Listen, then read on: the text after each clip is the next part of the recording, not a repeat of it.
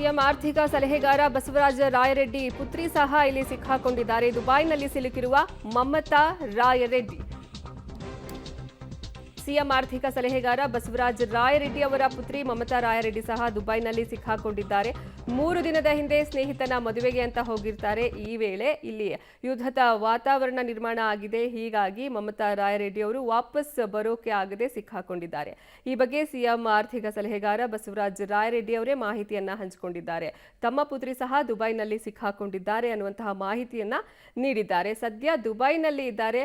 ಅವರ ಪುತ್ರಿ ಸ್ನೇಹಿತನ ಮದುವೆಗೆ ಅಂತ ಹೋಗಿರ್ತಾರೆ 3 ದಿನದ ಹಿಂದೆ. ಆದರೆ ಇದೀಗ ಇರಾನ್, ಇಸ್ರೇಲ್, ಅಮೆರಿಕ ನಡುವಿನ ಯುದ್ಧದ ಕಾರ್ಮೋಡದಿಂದಾಗಿ ಬಸವರಾಜ ರಾಯರೆಡ್ಡಿ ಅವರ ಪುತ್ರಿ ಮಮತಾ ರಾಯರೆಡ್ಡಿ ಅವರು ಸಹ ಸಿಕ್ಕಾಕೊಂಡಿದ್ದಾರೆ. ಈ ಬಗ್ಗೆ ಖುದ್ದು ಬಸವರಾಜ ರಾಯರೆಡ್ಡಿ ಅವರೇ ಮಾಹಿತಿಯನ್ನ ಕೊಟ್ಟಿದ್ದಾರೆ. ದುಬೈನಲ್ಲಿ ತಮ್ಮ ಪುತ್ರಿ ಸಿಕ್ಕಾಕೊಂಡಿದ್ದಾರೆ. ಕಾರಣ ಅಲ್ಲಿ ಇದೀಗ ಏರ್ಪೋರ್ಟ್ ಬಂದ್ ಆಗಿದೆ. ವಾಪಸ್ ಬರೋದಕ್ಕೆ ಆಗ್ತಿಲ್ಲ.